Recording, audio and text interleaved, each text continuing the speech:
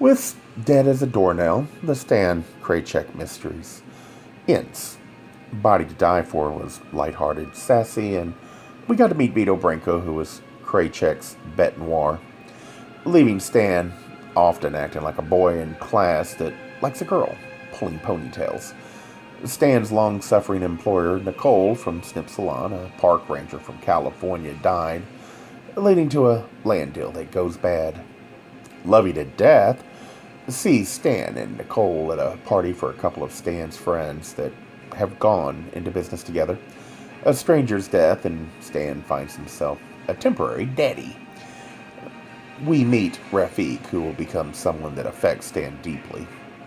Through the rest of the books, Dead on Your Feet has Stan struggling with his relationship with Rafik, who is working the ballet. The death after a party of a man in a ritualistic way draws Stan into the case. Stan is in a struggle for his life. Mask of a Diva has Stan alone, working for a few days at a small opera company. Rafik is in France to prepare his family to meet Stan. Death of the Aging Diva draws Stan into the case, but this time Vito Branco offers to let him help. Problem is, one of the suspects is a close friend. How will he resolve the conflict? Time to clock out. At the end of the last book, a call from France brought bad news. Rafik died in a street accident, hit by a van. Stan is in Key West, unsure what he should do. He was the beneficiary of Rafik, so money is no longer a problem, but sadly he is now alone. A disagreeable old woman is dead. An alarm clock found in her mouth. Once again, Stan is drawn in, but this time without Nicole's wisdom or Vito Branco's distraction. Dead as a Doornail finds Stan trying to rehab a townhouse. Start a bed and breakfast. Vito Branco and Stan are on the outs. Vito had helped Stan get into the police academy, and Stan dropped out. Vito doesn't take it well. He makes it clear when a body is found in the townhouse that Stan's help is not wanted. In the end, Stan and Vito work through the issue, and most of the loose ends are closed except one. All through the books, it appeared that Vito Branco might be in the closet. He dates Nicole in book 3, and according to her, they never went beyond talking. In fact, in later books, it is implied that Nicole thinks Stan's assumption that Vito is straight could be wrong.